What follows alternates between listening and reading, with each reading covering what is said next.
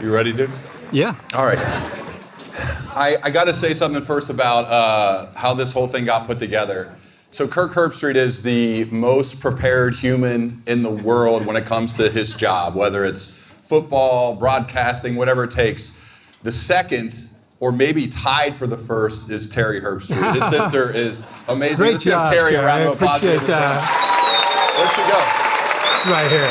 Oh, just the amount of prep and text and calls, getting ready for this is just so cool. Like, it runs in the family. It really makes a lot of sense. So he's like, now I know where he gets it. It does. It makes a lot of sense. Kirk, to start, I was telling you before when we were hanging out, eating backstage, that I vividly remember the January night a few months ago, sitting in bed by myself for the moment. My daughter's with, or my wife's with one of my daughters, and crying, watching you cry. As Ohio State wins a national title. Scott Van Pelt throws it back, and you go, no. Can you have Fowler go first? No. And I just want you to take us back to that night. Like, what are you feeling? What's it like at that moment when they throw it back to you and you're trying to bring yourself together after the Bucks win it all? It was that part was so hard. It was scary. I mean, you're on national TV. The game just ended. I think I obviously love Ohio State, but I think this particular team, this particular team, when they lost to Michigan, the reaction, I know Ryan very well, the reaction that a lot of the fan base had towards him and towards that team. I had a son on the team who had some heart issues, had to medically retire, but Ryan kept him on board. So when they did senior tackle, right after they lost to Michigan, my wife and I went up. It was just a family. It's a closed event. When I played, it was open to the public. Now it's closed. And they just lost to Michigan. And everyone hates them. And it's closed to the public. It's at the Woody Hayes facility. And the seniors are sitting at about the 20-yard line. Ryan Day's at the goal line. And all the families are on this side. It's like a tunnel. All the families are on this side. And all the other teammates are over here. So it's like a cool setup. And each position coach comes up, and he's in charge of saying something about each senior in his group. And I went in there thinking, are they going to cancel this after that game? They had it, and I didn't know what to expect. And to see guys like Trevion Henderson and Jack Sawyer and JT, really all of them. But to hear them, so the coach says something about them, and then they grab the mic, and then they say something. I was just like, I think Allie was too. We were just blown away by 48 hours later. It's them against the world. I know you guys like to say Ohio against the world. You guys weren't involved in this. This was them against the world. And when I saw that, I left there, I was like, wow, like these guys are on a mission. And then when the Tennessee game, I go out, I called all 4 games. The Tennessee game, it was 40,000 Tennessee fans. They were convinced they were going to win. And Ohio State just dominated the game. And I think when talking to James Laurinaitis and a lot of players, when they came out and saw all that orange after all the noise on social media about fire Ryan Day, they were kind of like, F everybody. Mm-hmm. And I knew that was like lighting a fuse. And then they went Tennessee, and I called every game, Tennessee, Oregon, Texas in Dallas, and then the championship game against Notre Dame. And it was just, I think it was, for me, I try so hard to be impartial. I try so hard to be just objective and fair. It's almost like the culmination of just a release, because you're looking at confetti coming down and you're seeing all that go on with these players who had everybody against them, and they had their moment. I was just happy. What a story for them. They should write a movie script on really that story. So I think it was that. My son, he had heart failure, almost faced a heart transplant. That being a part of it, looking down, seeing him, just all kinds of stuff that was going on. And it was just like all of that at once. And Scott Van Pelt's like, Herbie, what are you feeling? And I'm just like, So it was really cool. It'll be I've done this 29 years. That'll be one of my favorite memories. Just seeing Ryan Day, just his family, just how happy they were. It was cool. It was good. It was a real human moment, man. I think it brought a lot of people close to you. And it's actually been kind of a weird year for you with Ohio State fans. You mentioned the lunatic fringe, which has been repeated a lot. And now, they come back and win it and you feel like this emotion. Like, how do you feel through that? Like, after you mentioned some of the fans, there may be some in this room that are part of the lunatic fringe, Kirk. I don't know. I mean, how do you feel about that? Well, I think Fowler said something about during the game. The game was pretty much over. They were up by whatever it was, 20 or 30 points in his final few minutes. And he said, "Is this going to be enough to make the masses come back and get back in the corner of Ryan Day?" And I said, I mean, you're asking a guy to try to think for the lunatic fringe. I said, I have no idea what they think. So that's what it kind of took off. But I've always felt that there's 90% of Ohio State fans that whether they win or they lose, they're proud of them. And this, by the way, this isn't an Ohio State thing. This is every fan base. There's a guy we hear loves Florida. I'm sure there's Notre Dame, Michigan, Roll Tides here. I mean, every fan base has that 10% that we're all embarrassed of, and they do. It might be more than that. I don't know. I'm just being honest. They're crazy. Nobody thinks they're part of that 10%, though. No. And listen. The reason I know, I'm a Reds lunatic fringe fan. So they want. I've seen your tweets about the Reds. No, I have a strong thing, and then I'm like, delete. No, I am a psychotic Reds fan. They won 6-4 tonight, so they're gonna have a winning. That was good. They're actually gonna have a winning 9-game road trip, which for us is monumental. I mean, that's monumental. Hey, buddy, how you doing? Hey, you figure it out? I think so. I mean, how am I supposed to work with this? This is what I get. I mean, that. Come here, bud. Are you kidding me? I mean, look, hey. So I'm a lunatic fringe member myself, so I get it, I understand it. We all come from a good place, but when things don't go well, it's like, here we go again, kind of thing. So I understand it's emotion, but it's not Ohio. It's Michigan has it. Everybody has it. I just think when you do my job and you're trying to be kind of even and the voice of reason and try to be the kind of the conscious of the sport. It's when you take bullets all the time. It's almost like when the season starts in September, you have an ability to kind of withstand, and then it just kind of keeps going and going and going. And by late October, you're just like you're ready to swing, And so you have to be careful of engaging. I love to engage on social media, but I don't want to say something rude and be disrespectful. So I'm better off just avoiding it because it's so easy to just tell people to F off, just like because they're just so rude. So what I do is I mute them or I block them and just kind of move on. You just mentioned, we all come from somewhere. SVP said that night.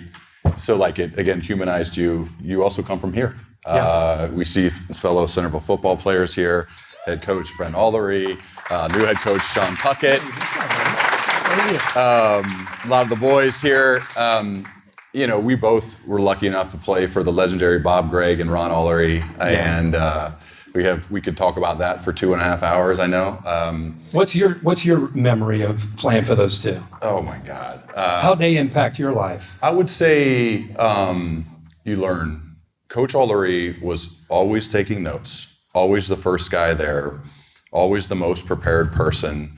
And he injected confidence in us that we knew we were the most prepared, most in shape, most resilient team every Friday night. Mm-hmm. And the cool thing about that, and I'd love to hear you talk about this, is that is portable for the rest of your life. Mm-hmm. You can take what you learned in your those formative years and do that for the rest of your life. Be resilient. I mean, as I said, you're the most prepared guy in all of sports and all of broadcasting, all the Emmys or whatever.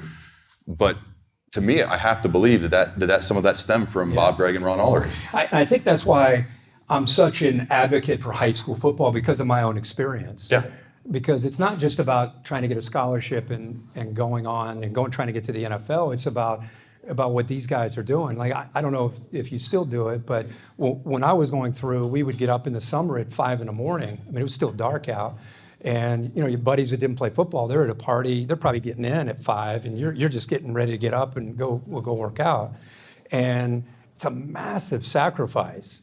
And you don't know if you're going to become a starter or not. Everybody's there. We're all doing it together. And that's why I'm so big on simple, old school values like hard work and facing perseverance and facing adversity and just getting knocked down and getting back up and loving your teammates and not getting caught up in your own accolades. I mean, I started probably like you, I started to get a little bit of run, was I think the Journal Herald or the Dayton Daily News, and be in the paper, and be on Channel 7, Omar Williams, Channel 2, and Bob Gregg would be like, yeah, Mr. Hollywood, here he comes. And I'm just like, he's a golden boy. Yeah, the golden boy. And I'm just like, I'm not the golden boy. I want no attention. And that's why, I to this day, I hate attention. Like if I walk into a room, my goal was to get from A to B as quiet as I can. Like I How does that appreciate guy it. choose to go be on TV for a I living? know. I don't. That's. I love what I do. Doing, being recognized is just kind of part of it. But I think it goes back to Bob Gregg and Ron Ulrey. Just they didn't tear your knees out, but they just made sure as a 16, 17, 18-year-old that you knew this ain't about you. Right. This is about us. And I don't know. It's one of those things that on game day, on everything I do, it's those values. I'm sure you do the same thing. Yeah. Oh, yeah. So like I'm doing Amazon with Al Michaels, and I'm doing game day, and I'm doing Saturday Night Football with Chris Fowler. I mean, these are 3 behemoths in my industry. And most people have one, and it takes everything you have to do that one. And so, man, I go right back to Bob Gregg and Ron Ulrey and that program. That's how I think what these guys are going through. It's not about social media. It's not about, what star are you? It's about the values that you learn and how it's going to impact you down your life. And maybe it's hard to see that, but you and I see it when you get out. So Bob Gregg and Ron Ulrey and all those guys, they impacted just thousands of kids that didn't go on to play college football They normalized really hard work and being very prepared and being able to bounce back when it doesn't go your way. They normalized that. So now when you go out into the world and what's just normal for you is actually not normal 100%. for everybody else. Yeah. That's the thing I'm most That's grateful great. for. Most great is the fact that that's this all is you know. This is what we do. Yeah. And that's what I want to ask you about. Can you actually walk through a week in season? I know Allie probably oh God, I don't see him. But walk through a week because you have to prepare for 3 behemoths, as you said. Thursday night with the legendary Al Michaels, NFL games, different sport than college. Yeah. Then Saturday game day, which is the show to watch to get ready. And then you go do the game Saturday night. So what's your prep process like throughout the week? It's just, my 4 boys, I have one still at the house. He's about to leave. So you try to balance out family with your job, like everybody in this room. Those 4 months are the toughest just because every minute, when I didn't do NFL, Sunday was like a unplugged day, collapse on the couch after the week of game day and the Saturday night game, and just watch the NFL, but really maybe watch the Bengals, and then really dial in on the Sunday night game, and then watch highlights of the other games. And now, if I'm doing Chargers-Raiders next week, and the Chargers are playing the Broncos and the Raiders are playing the Dolphins, I'm sitting there on Sunday off of a couple hours of sleep, dialed into those games, And so it starts on Sunday, your week of prep, and then by the time you wake up on Monday, you guys ever have those weeks where you wake up Monday at 7:30 or 8 and you're behind? That's kind of where I start every single week. I wake up and I'm just like, I'm behind. And it's just kind of a sprint. It's like if you get on a treadmill, you guys ever get on a treadmill and you can walk at 3.5 or 3.8 or 4, or you could sprint at 10 or 11 or 12. I feel like I'm on a treadmill at 11 for 4 months. And then it's funny. And then on January 21st, I don't ease it down to 7 to 6. I go from 11 to 0, and it just stops for 8 months. And then I take him for a walk with all his other guys. And I love to go to the woods with these guys. But yeah, my normal week is just, if I'm awake and Allie or the boys don't have something going on, I'm on the phone with a producer, I'm on the phone with a quarterback, I'm talking to a coach. It's really just nonstop. The hard part is juggling Al Michaels Thursday night all those notes, because we do a Zoom. If we're doing the Chiefs and they're on the road, we got Andy Reid for 20 minutes. You got Patrick Mahomes for 20 or 30 minutes. Their defensive lineman, maybe Chris Jones for 20 or 30 minutes. And then you do, it's really hard to explain. It's just nonstop preparation. Because my thing is, I'm not a guy that was a Heisman winner. When I first started at Game Day in '96, I could choose to be embarrassed of who I was on national TV or choose to have a bit of a chip on my shoulder. And I was kind of a chip on my shoulder guy my whole life. So I chose, instead of, like when I started in 1996 on College Game Day, unless you were a Big Ten fan, you had no idea who I was. So my idea of like trying to build my brand was they're gonna know me from my work ethic. They're gonna know me like, damn, I don't know who that dude is, but he seems to know what he's talking about. Like that was my goal. And to this day, I mean, I still try to be the guy that's, like you said, the most prepared.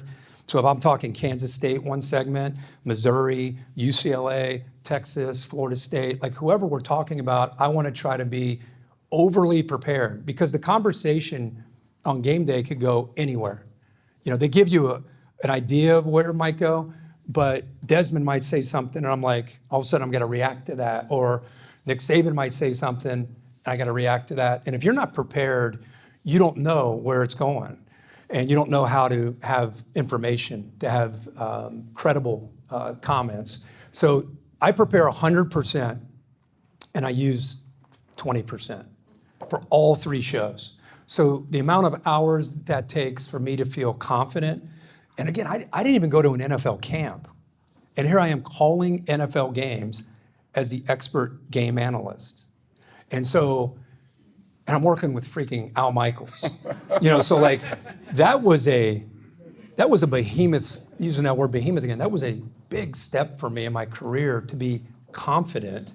But luckily it was late in my career, I'd accomplished some things, and Al looked at me as an equal to him. And I looked at him like, wow, and I'd worked with Mike Tirico. My four people that I've called games with are Mike Tirico, Brent Musburger, Chris Fowler, and Al Michaels. Like those are the only four people I've ever called games with in my entire career. So by the time I got to Al, I'd been with Mike Tirico, I'd been with Brent Musburger, Chris Fowler. So it felt like, even though I was intimidated because it's a step up to the NFL and it's Al Michaels, I still felt with the work ethic, I'm gonna be okay. And so. Do you ever, I think a phrase that's out there now that's more common is imposter syndrome. Like people are a little nervous about like, do I belong? Like it's hard to believe that you would ever feel like, but did you the first night on Amazon, the first NFL game, do you ever get that sense of like, well, I don't know. I'm deferential by nature. Yeah. So I am I don't deserve your respect in my brain until you earn it. Like maybe that's not how they view it, but that's how I view it. So in the NFL, I was super, like the first game I called, college game, I walk out, he's with me, Ben used to be with me. We just, not to be cocky, but I know the boundaries. I know where I can go in the pregame, teams are warming up, balls are flying through the air. If Allie's with me, I'll say, come on out. It's just a very comfortable setting for me. NFL, I'm calling the first game, oh my gosh, it was Chargers, Chiefs in Kansas City. Chiefs won the Super Bowl the year before, and I have no idea how I'm going to be accepted. And I'm on the field pregame. I don't know. Am I allowed to? Like I'm standing on the sidelines, and I'm like with my spotter. I'm like, I don't know. Are we allowed to go? The teams are warming up. Mahomes is right over there. Justin Herbert's over there, and I'm like, are we allowed to go out there and say hi? I mean, there's other people out there. So I just kind of first few weeks. I just kind of stayed over here and waited. And then Mahomes came over. This is what's cool about my job. Mahomes comes over to jog in. He sees me. He's like, what's up? It's almost like I'm that uncle or relative that they haven't seen in a while, because they look at me like I'm college football. Yeah. And they miss college football. So they see me, they're like, oh my God, what's up? And that really helped me. Yeah. Be like, oh shit, like they're cool here. I belong in the arena. That probably helped me as much as anything, is just them making me feel like you're part of this, and now I've done it for 3 years, so now it's very different now than where it was in that first year. We're going to open up in a second. I'll ask one more question, and then Terry, I think we'll open it up for you guys to ask some questions. So while you're gathering, I'll go one more. So Kirk, I confirmed this, and I was rereading your book this morning, and this is the guy, for those who haven't read it yet, you should, by the way, but for those who haven't, that decided to take a 0 in a public or a community English class when you had to give a speech. Right? Take a 0 out of 25% of your grade, and you just gave it up because you were too afraid to give a speech in front of the class. This guy, Kirk Herbstreit, really, I need to hear more about this. Yeah, my senior year, I did not give. My name came up. Miss Neihart, if she's here, she was the teacher. She asked me to give. It was my turn to give a speech. And I just said, I'm good. And she said, you're good. And I said, yeah, I'm good. And she said, it's 25% of your final grade. And I said, okay, like I'm not doing it. And she's like, Kirk, you really need to do it. And I said, I was like, now you're making it worse because now I'm getting like attention. Just like, please move on. So I got a 0 on that. And I blame it on my 9th grade year. When I don't know if Chip Casano is still here, anybody in my class, they'll remember this name. You'll remember this name. There was a girl, Centerville has very pretty girls when you're in high school.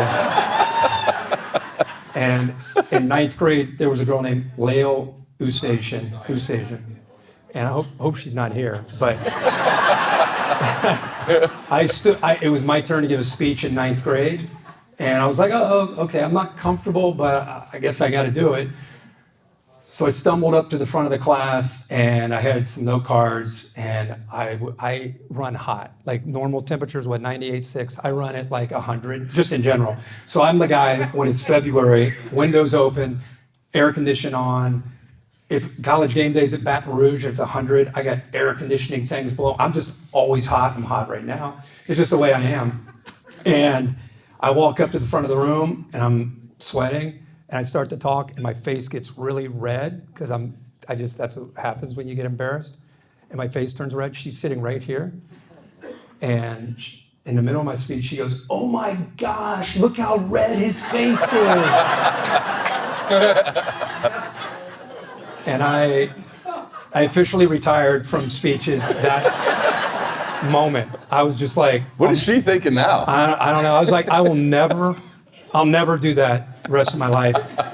And to this day, if Terry would have asked me to stand up here and give a speech for 20 minutes, I would have been like, I'm good. I was like, is it moderated? Ryan can maybe come in? I'm like, I'm in. So she scarred me when I was 14 years old to this day. I think you turned out all right. Terry, do we want to open it up? Yeah, absolutely. Actually, you go first. Kirk, I would love for you to tell everybody how the book came into existence, like what that process was. I remember when the publisher talked to you. Yeah. Well, I've been asked over the years to write a book by different authors that had approached me, different ideas. And then when COVID hit, Gene Wojciechowski, who is a reporter on College Game Day, he asked me, he writes books, and he said, I'd really love to write a book with you. We have some time now. This might be a good time for you to reflect. Would you consider? I said, let me think about it. The world was, as we all remember, everything was closed down, and we really didn't know what was going on. And after thinking about it for a few weeks, I decided to take him up on it. And he wanted to just kind of tell my story of my life going back to when I was a kid with my mom, my sister, my brother, my dad, and just kind of all the way through some of the obstacles we faced. And I think what he wanted me to do was give examples to show people, the appearance that you give on air versus what your life was like is very different. And I think people would love to hear some of the stuff that you had to go through in order to get to where you are. And so he said, the only thing is you got to be comfortable with being vulnerable. Like we really have to open up some topics that you probably haven't thought about, in 30, 40 years. So I said, okay, I would do it, but I don't think I really understood as we went way back, and he talked with my mom, he talked with my sister, he found a lot of stories out. So by the time he got to me, and he came to my house for, I don't know, 4 or 5 days, by the time he got to me, he was bringing things up that my mom maybe shared with him or my sister shared with him going way back. My parents divorced when I was about, I think, maybe 8 or 9 years old. And it was pretty traumatic experience for our family. And I think a lot of people, whether they're adults going through a divorce or kids, you're worried about your kids. So I just opened up and he just saying hi. I opened up and talked about that. I talked about my time at Ohio State, and I came out as if they did stars back then, whatever. I mean, I would have been a 5-star guy that was supposed to walk in and play right away, and I didn't. And I opened up about falling flat on my face and what that experience was like. And the whole point was just trying to reach people that maybe were going through hard times. My wife and I, when we had our twins, they were our first boys, they were born at 2 pounds, each at 28 weeks. So I could take my ring. I remember taking my ring, going down their foot all the way up to their hip bone. And their skin was transparent. You could see their organs. And so there are people that spend time in the NICU. You hear about NICU and you think, oh my gosh. And then your kids are in the NICU and they're holding on, fighting for their lives, and you go through it. I thought, man, to maybe share that experience, maybe that'll help, people out there that are. So anyway, we had a bunch of stuff. The Ohio State stuff I talked about. I went to a sports psychologist when no one did that. And I remember going in to see him. He changed my career. And I remember walking into his office, like making sure none of my boys or nobody saw me like going in there to like clown on me that I'm going to see a sports psychologist. That was 1990, 91. And so I thought, man, I didn't even think, I guess I do have a few stories that are pretty relatable, and so we got together and we talked a lot. I don't know, you said you've read it.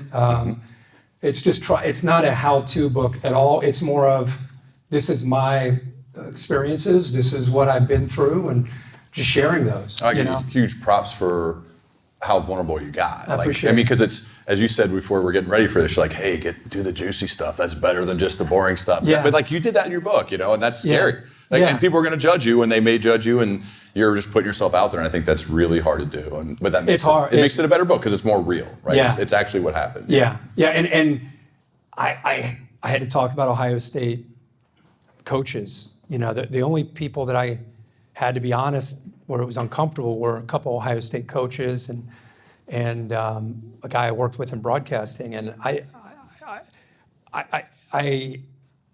said, are you going to edit this? Am I going to be able to read this? He said, yeah, of course. So I told him everything, and then I read it. And I was like, no, we can't say that. And he's like, you got to keep. I was like, no. And then he went back, tweaked it a little bit, and then I read it again. I was like, oh my God, I just don't feel. And he's like, listen, part of writing a book is being honest. Yeah. If you're not honest, then it's not. The reader is going to sense that. I'll tell you, the hardest part was I had to. If you've not read it, or I ended up doing the book on audio. Oh, yeah. So I had to go through that, and just to read the words and go through it, it was, number one, challenging to do that, and pretty emotional to read that story out loud. So yeah, it was a good experience for sure. Terry? We got a question right over here. Hello. My name is Stephanie Little, and you were talking about Coach Ulrey, which he ended up going to Springboro, and he coached our son, who's now going to be a junior. Very instrumental in his life, very impactful. My question is, with the NFL draft, beyond the Sanders situation, were there any other surprises for you that was kind of shocking? I don't know, man. Let me think. I would say, I as a Bengals fan, I was surprised they didn't get more offensive linemen to protect Joe Burrow. I did like that they addressed the defense, because that was a concern, obviously, last year. But I don't know. And the Sanders stuff, I mean, that was kind of crazy for a lot of people.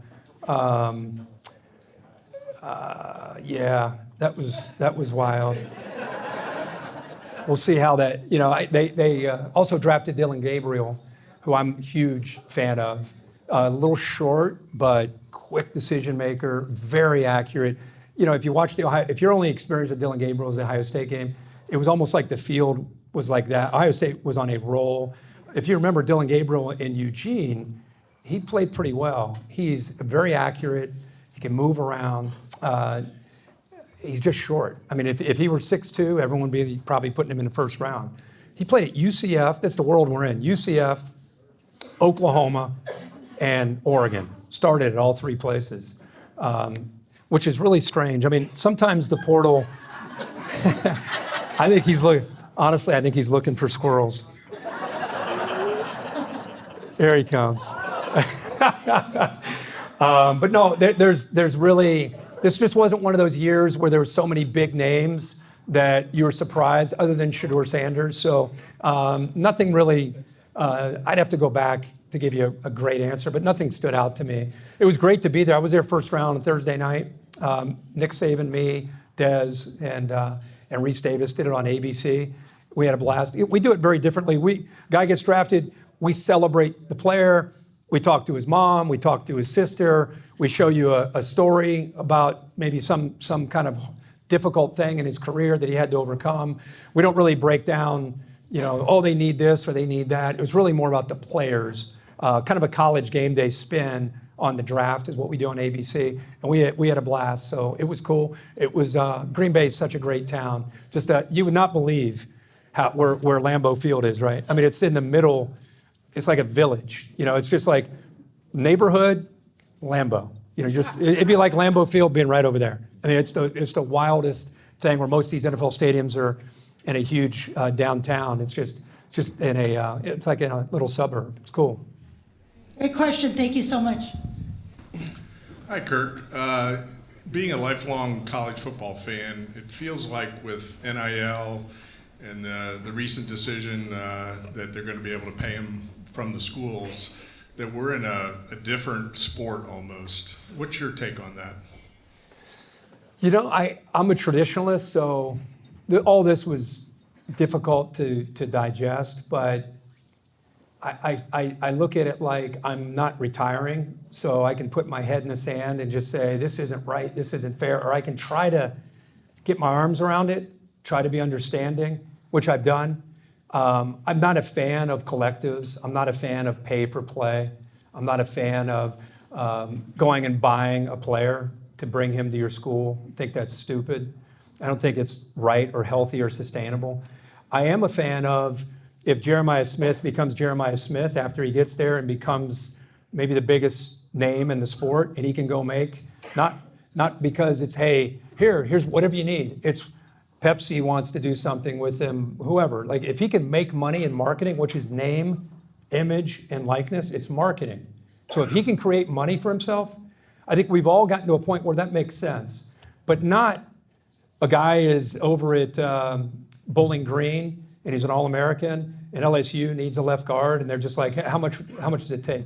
A lot of these guys, these 5 stars, they're taking, to me, they're looking at their lives like this and not looking at it 40 years down the road. They're just looking at it right here. And they have, whether it's parents or agents, they're just trying to get as much as they can. And going back to some of the life lessons I learned from Bob Gregg and Ron Ulrey in this program here, sometimes that might be the right answer. Joe Burrow left Ohio State. He wasn't going to get an opportunity. It made sense for him. Dwayne Haskins went ahead of him after J.T. Barrett left. It worked out great for him. There's plenty of examples where it works. I just don't think the first sign of adversity, you should leave. I think you have to fight through that adversity. I just don't believe in leaving your teammates. It's so foreign to me that that's even in play. So it's that part of it's really difficult. So I don't want to say I don't believe in NIL, I don't believe in transfer portal, because I think sometimes it applies, but I just don't, I think if you take a coach, these coaches are a little bit hesitant on how hard they're going to be on these guys because they don't want them to leave. Imagine being a coach and you're worried about, is this guy going to leave if I really do what I want to do with him? And so that's a concern for me. The whole thing, I think, where we're going in hopefully 2 or 3 years, hopefully is different from right now. Like the NFL, there are rules, right?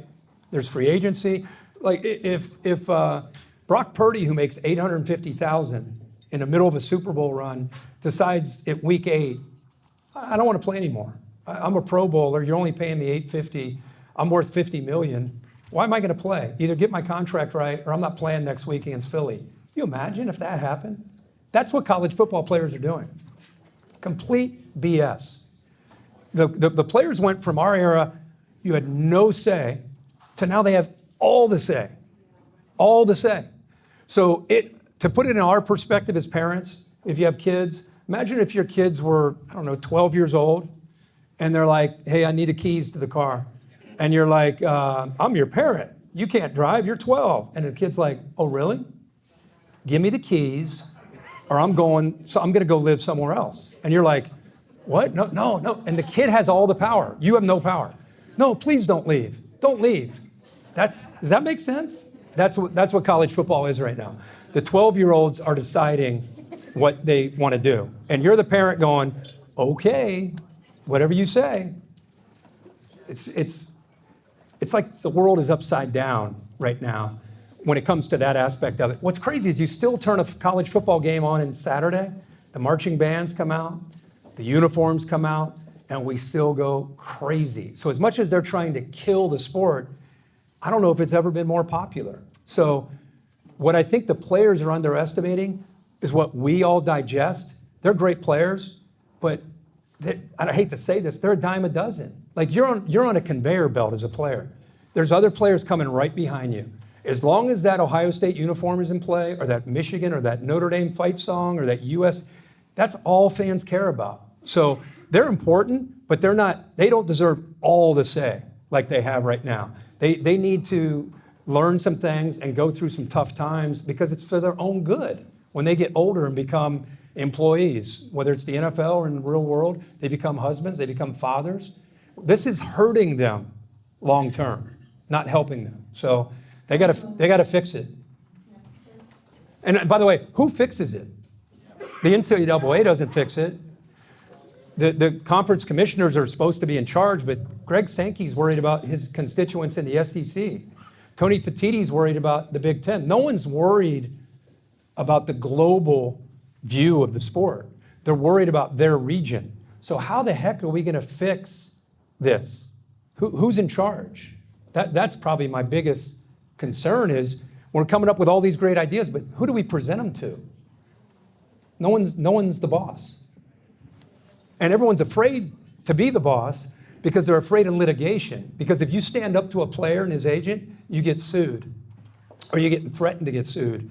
So then you go, okay, go back to you're 12 years old, you want to drive? Go drive. That's where we are. Hey Kirk, question for you. And first of all, thanks for not forgetting where you came from. We're all real proud. Thank you. Thanks, buddy. Thanks, buddy. My name's Buck Klein, and I want to ask you, I know this is Coach Corso's who's going to do one more show. I know you have a special relationship with him. Could you share some of that, and then also maybe your favorite Lee Corso story? Man, I would love to pull up I don't know if you can pull up my favorite Lee Corso story, but if you Google Lee Corso F-bomb, it would probably be mine. I don't know if your team can pull that up, but that would be priceless. So Lee Corso is 89 years old. He'll be 90 August 7th. Here's what's crazy is he came back. He did me a favor. I don't know if you guys still do the Sonny Younger Award. We used to do something called the Sonny Younger Award at Centerville. It was a fundraiser. Sonny Younger was a former Centerville Elk, and he was at Vietnam, lost his life, and I guess Bob Gregg or the families of the football players came up years ago, maybe in the 70s, with a fundraiser. So anyway, when I started to work at ESPN, probably right around when you were playing, we decided to try to bring whoever it might be. I had Mike Tirico come back with me one year. I had Chris Fowler, Lee Corso. I had Mike Vrabel. But we just, every year we were trying to like, what should we do this year kind of thing. We kept trying to raise the bar. Well, one year Corso came back, did an amazing job. And a week later, he had a stroke and really has never really fully recovered.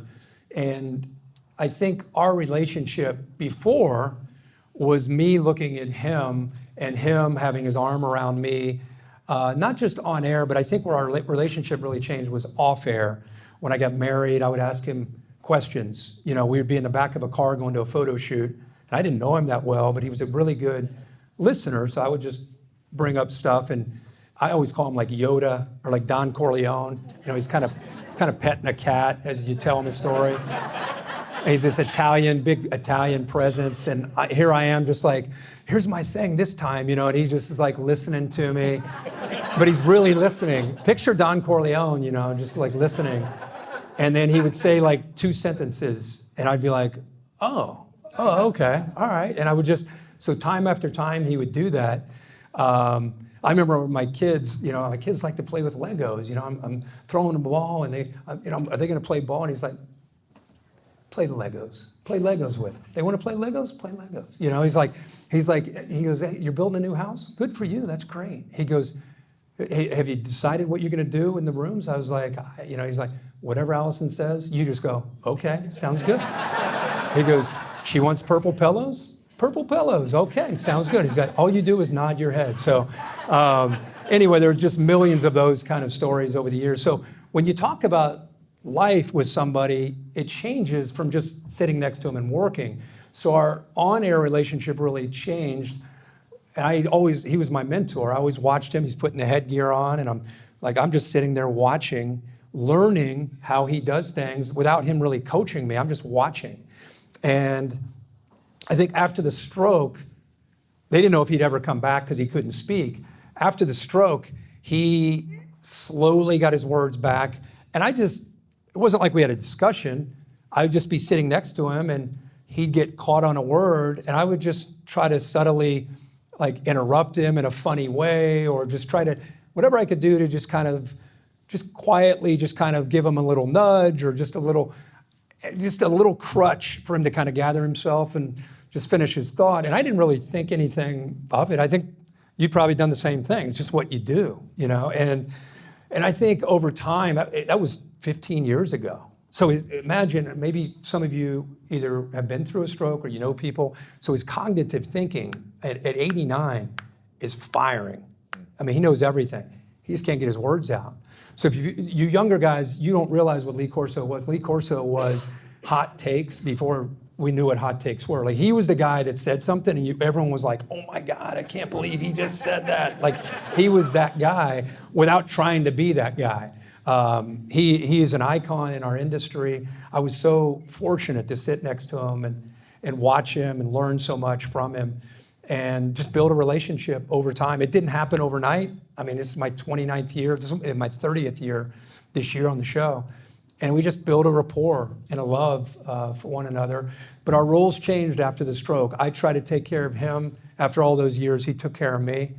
And the last few years have been tough. You know, Nick Saban came on the show. Pat McAfee now is on the show. Like, the vibe of the show from when I started with Chris Fowler, young Lee Corso, myself, Chris Felica, Tom Rinaldi, Gene Wojciechowski, eventually Desmond came on, David Pollack, you know, all those people are gone with the exception of Desmond. So I'm like the last person that I started with on the show.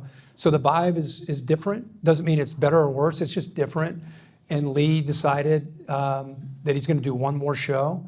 I'm keeping my fingers crossed that it's Ohio State, Texas, because he started with the Brutus headgear that Ali helped get him to wear that first time. And it would be the last time. You know, the challenge there is that is currently a noon kick. As much as you guys don't like those noon kicks, which it would be great for this moment. 100,000 people in that stadium. He comes out to do his last pick, puts the headgear on. 100,000 people could be symbolic of the nation showing their love for him. I think that would be so fitting to end his run like that. I'm hoping it stays at a Saturday noon.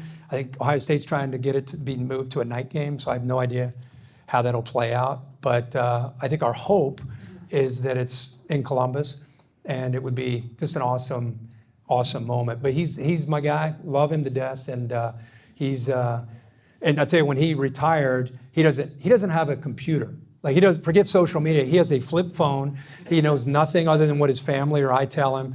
And I reached out to him, and I was like, he still faxes, from his office.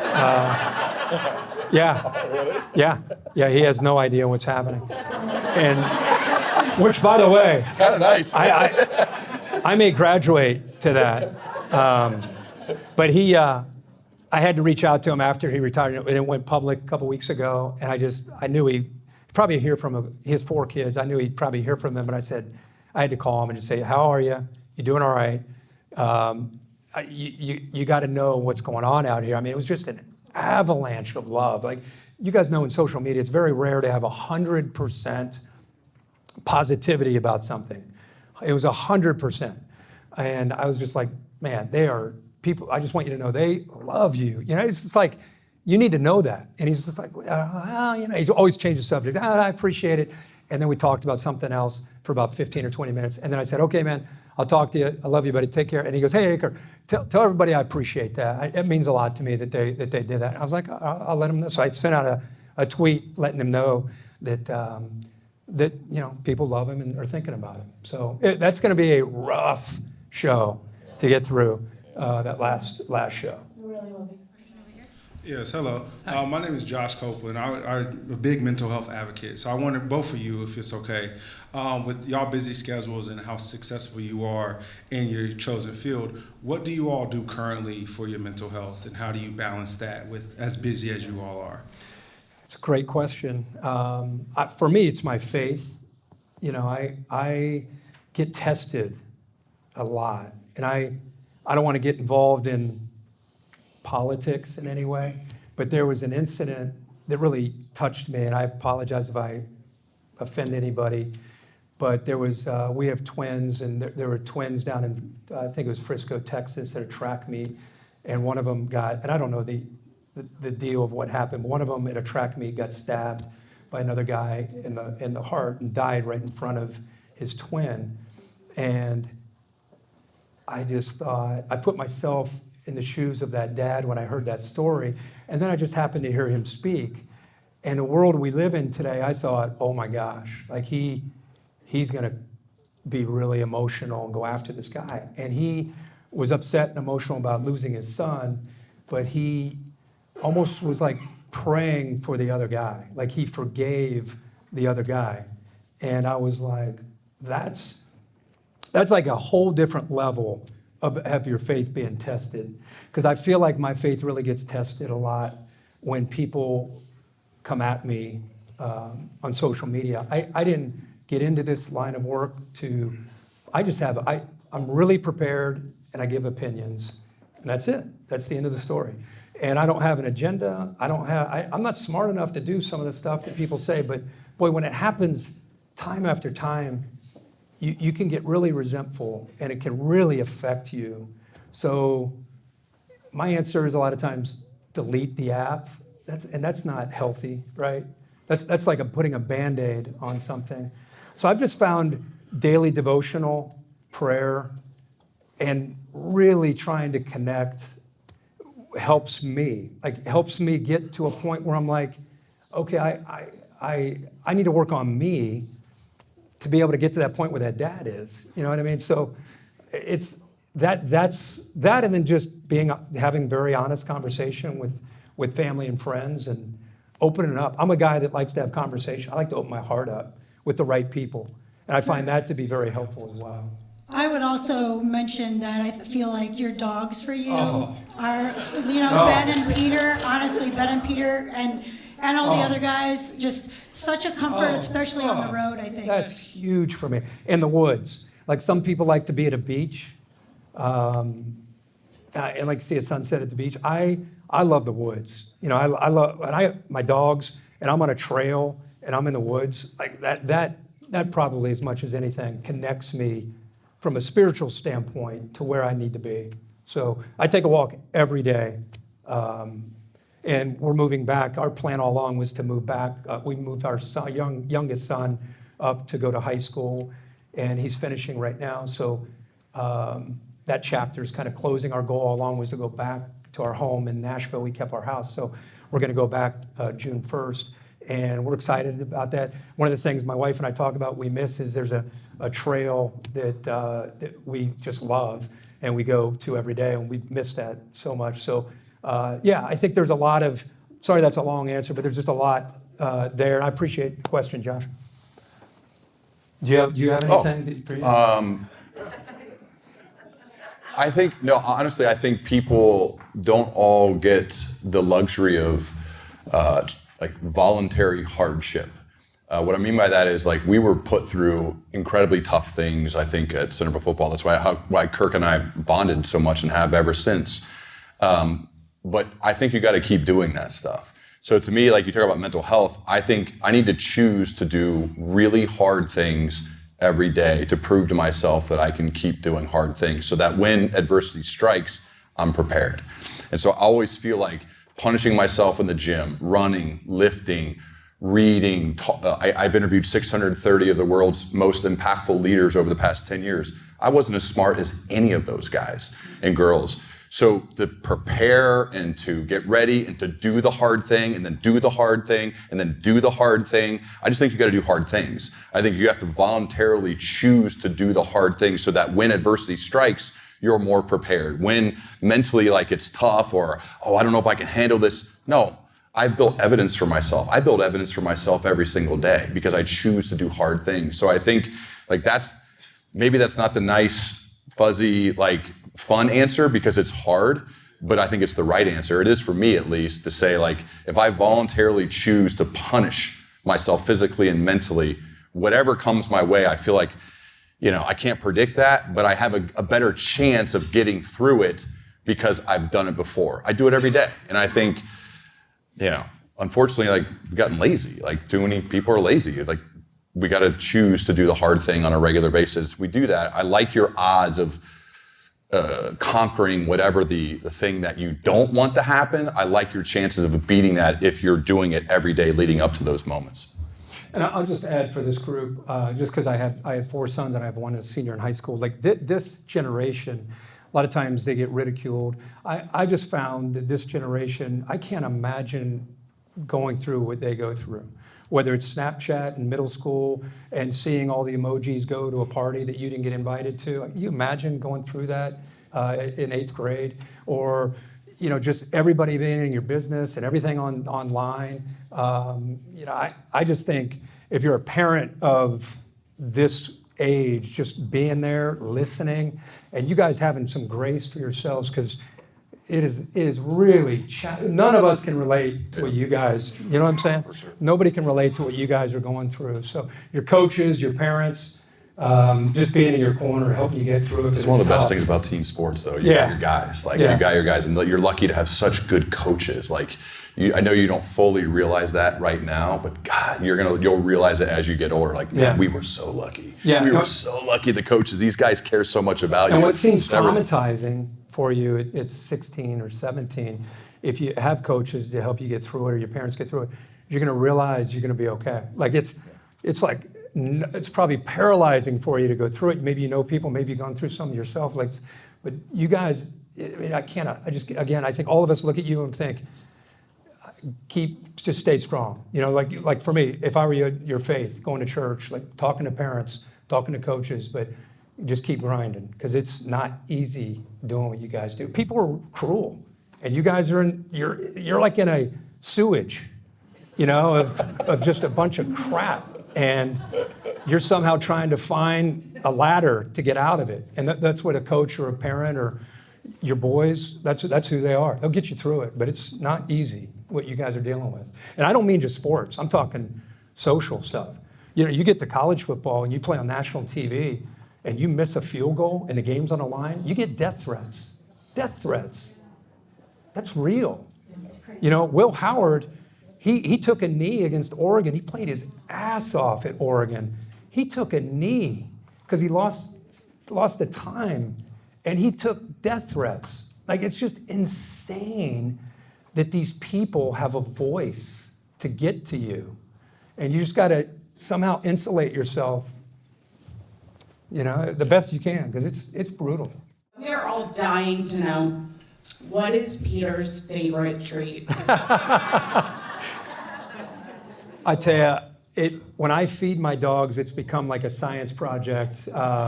After Ben died, he was 10 years old, and the way, I felt like, love to see him live another 4 or 5 years, and it just happened so sudden from cancer. And the more people I talked to, the more people talked about how cancer is obviously such a big thing with us, but also for canines and all animals. And because I love dogs so much, researching the ingredients and why is this happening. And actually, I'm doing he, not me, I'm with him. We have a 3-day Purina shoot, Monday, Tuesday, Wednesday, because of him. And a lot of it is about what you need to feed your dogs and trying to help dogs out. So you've never seen a dog attack a bowl of food the way he does. I've had dogs since my sister brought the first golden I had back in 1985, a dog named Megan, who was another gem of a dog. I've had a golden in my life since that day, moving forward.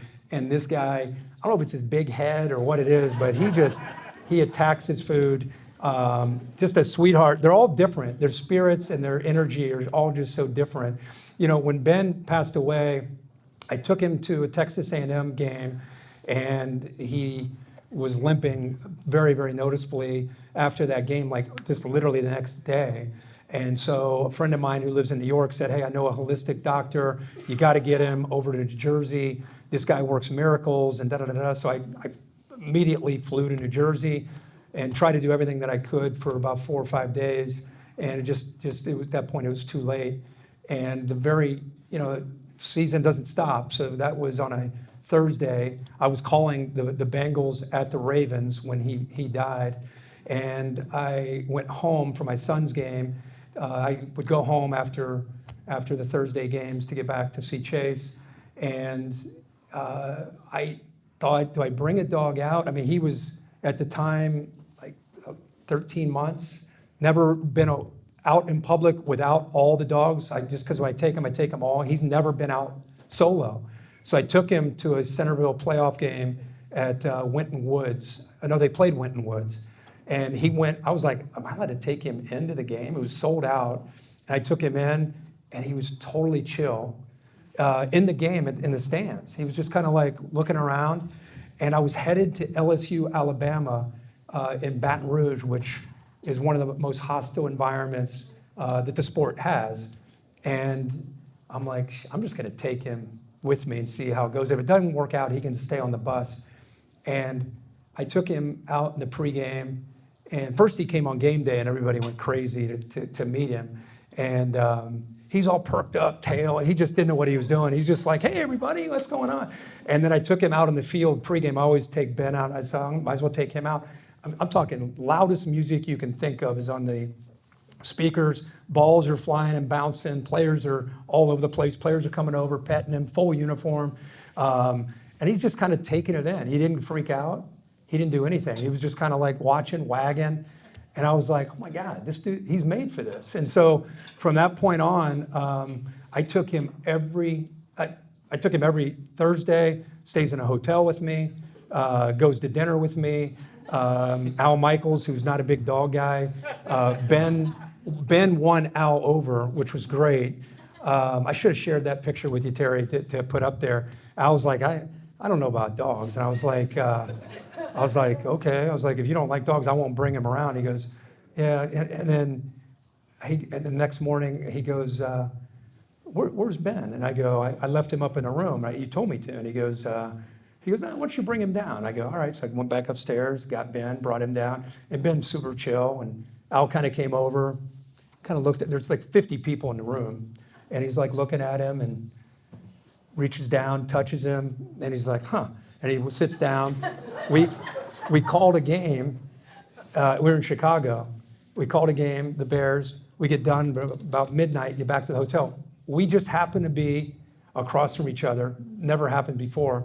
So we always go back to our room, and then we go down to like a restaurant bar for a kind of a post game. The studio show, Sherm, Witt, all these guys, we just all get together post game. And I go, Al, he goes, what is he, did he take a shit in there? I go, no, dude. I go, he's trained. I go, he's not gonna go to the bathroom. And he goes, what do you think he's doing all day? He's been in there 5 hours. I go, he's probably asleep. And he goes, no way. And I go, yeah. And I open the door, he goes, and Al went to his room, and I tiptoed, looked around the corner, and Ben was up on the couch in this hotel room, sound asleep. And I knock on his door, I go, come here, look, come here. And he comes over, he looks, and he goes, holy shit. He goes, and he got so excited, he gets his phone out, and he's walking over, and I'm filming, Al Michaels filming Ben. And he's like taking video to show his wife, like, look at this dog, he just sleeps in the hotel. And from that point on, I couldn't go anywhere without bringing Ben around Al Michaels. So once that happened, when Ben passed, then he warmed up to Peter too. So it's amazing. Being around Lee Corso and being kind to him and bringing my dogs around, it tells you a lot about the human element in this, because I've called, whatever it is, 16 national championships, 17 Rose Bowls. I do all these things, and people look at. I think I'll be remembered for Lee Corso and my dogs. Like I don't know that there's anything I can call that will be bigger than those two. But I love doing it. I love being a part of it. I've got 2 years left, by the way, on my contract. I just signed a 5-year deal with Amazon and ESPN. I got 3 down, 2 to go. And after 2 years, I'll either step away or keep going. I don't know what I'm going to do after 2 years. I don't know what I'm going to do. I wouldn't mind I've never been to a tailgate. I wouldn't mind going to a tailgate. You guys look like you're having a hell of a time at those tailgates. I look out my bus in the window and I'm like, oh my God, look at these guys. They're having a great time. You see that as a player. Remember you pulling in, you're like, yeah, there's so much more fun. The smoke's going through the air and everyone's waving, having a good time. So one day I'm going to participate in that. We would love that. Yeah. I'd love to have you. Yeah. I tailgated for the St. X Centerville game. That was one of the few times I got to tailgate. Yeah. That's cool. Yeah. Hey, that was the last question, but Mom has a question, so I can't say no to that. Oh, no. Yeah. Kirk, I've never asked you. You're not going to make me cry. You're not going to make me cry. Don't make me cry. Oh, I'm not going to make you cry. Okay. No, this is a question I've always wanted to ask you, and I never have. At Centerville High School, you played both football and baseball, and you were good in both. You played baseball, the whole team had played with so much joy. And I believe, correct me if I'm wrong, but I think you had a 500 batting average as a senior. Okay. I have often wondered, you went into football, you followed it at Ohio State, you couldn't play both. So your whole career you followed football and you've done very well in it. Do you ever miss baseball? Baseball, as you probably know, baseball was my most natural sport. I don't know, I was, back in our day, you can relate to this, like we were in the yard. Like we were in the creek or the yard. Like that was all we knew when you grew up in my era. And so we played wiffle ball, we played pitcher's hand, we played pickle, we played anything you can imagine, not to mention Foursquare and all the other games that we played, hide and seek. I mean, it was just constant in the yard playing. And when we played baseball, I was always the youngest, and I just loved it. Baseball is probably my first love. Baseball, again, was my most natural thing. I played for a great coach, Tim Engelke, who probably, we're talking a lot about Bob Gregg and Ron Ulrich. Tim Engelke probably impacted me as much as anybody in my life as well. I don't know if you guys know Tim Engelke. I know he retired a few years ago. Oh, did he? Yeah, Coach was a beast and scary. Like just a tough, a tough coach that I made the varsity as a sophomore, which was fun but scary just being around that environment. And I burst my appendix, almost died my 10th grade year because they misdiagnosed it. But I think I miss baseball. I mean, I always miss it when I watch it now, but I don't miss football, playing football at all. I didn't see how far I could go with baseball. Like if there's any regret I would ever have as an athlete, it was I didn't go just in baseball and give it a run. But I'm doing okay now, but I don't dwell on it. But it would have been fun to see what would have happened with that sport. But I was just going to say, Terry, thank you. Appreciate you having me. I know we stayed longer than you had hoped, but Ryan, thanks, brother. Appreciate Hey, love it. you, man. Love you. Yeah, It's love you awesome. too, man. Awesome. Appreciate it. So much.